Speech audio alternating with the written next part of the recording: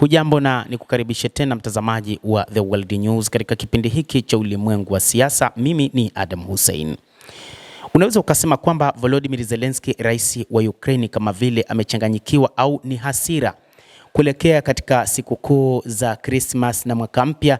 Rais huyo wa Ukraine Volodymyr Zelensky amemtakia kifo bwana Vladimir Putin, rais wa Urusi, katika hotuba yake ya Christmas.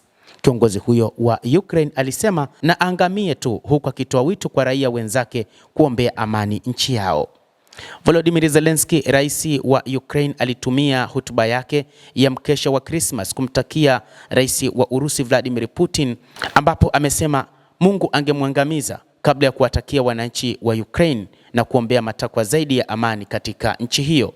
Rais huyo ameona kwamba kutokana na namna ambavyo Putin amefanya tangu mwaka 2022 dhidi ya Ukraine, ni bora angeangamia tu kuliko kuendelea kuishi na kuendeleza uhasama dhidi ya watu wa Ukraine.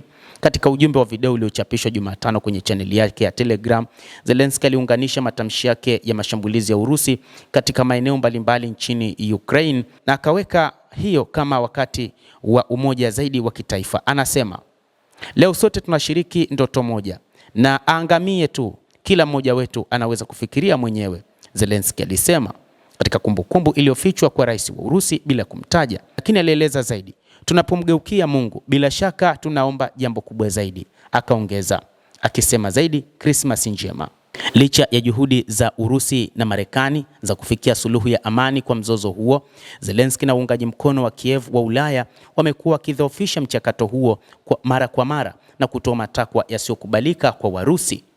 Urusi imekuwa na matakwa yake ambayo inayahitaji ili kumaliza vita hivyo, huku Ukraine ikikataa baadhi ya matakwa, hasa takwa la kuachia ardhi ya eneo la Donbas. Mnamo Jumatano, Zelensky alizindua rasimu ya amani yenye vipengele 20 ambayo anadai Kiev imekuwa ikijadiliana na Marekani, akiwasilisha waraka huo kama msingi uliopendekezwa wa kumaliza uhasama kati ya Ukraine na Urusi.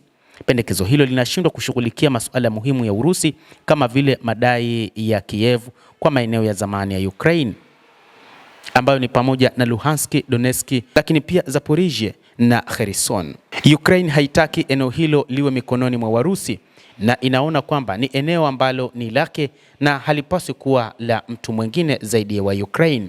Hata hivyo, pendekezo lingine ni msisitizo wake wa kudumisha jeshi la watu 800,000 linaloungwa mkono na mataifa ya NATO.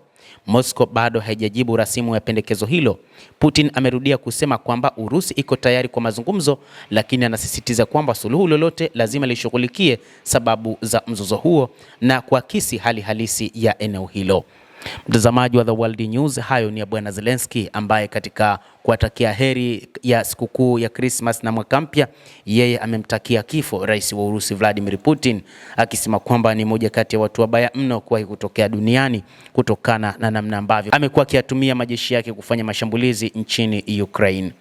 Mtazamaji, endelea kutufuatilia na usisahau kulike, usisahau kucomment, kadhalika na kusubscribe channel yetu hii ili upate habari hizi kwa mapana kupitia The World News. Jina langu ni Adam Hussein, endelea kuwa nasi wakati wote, endelea kutufuatilia ili ufahamu ni nini kinachojiri katika ulimwengu kupitia hapa The World News. Tutakujuza yanayojiri duniani.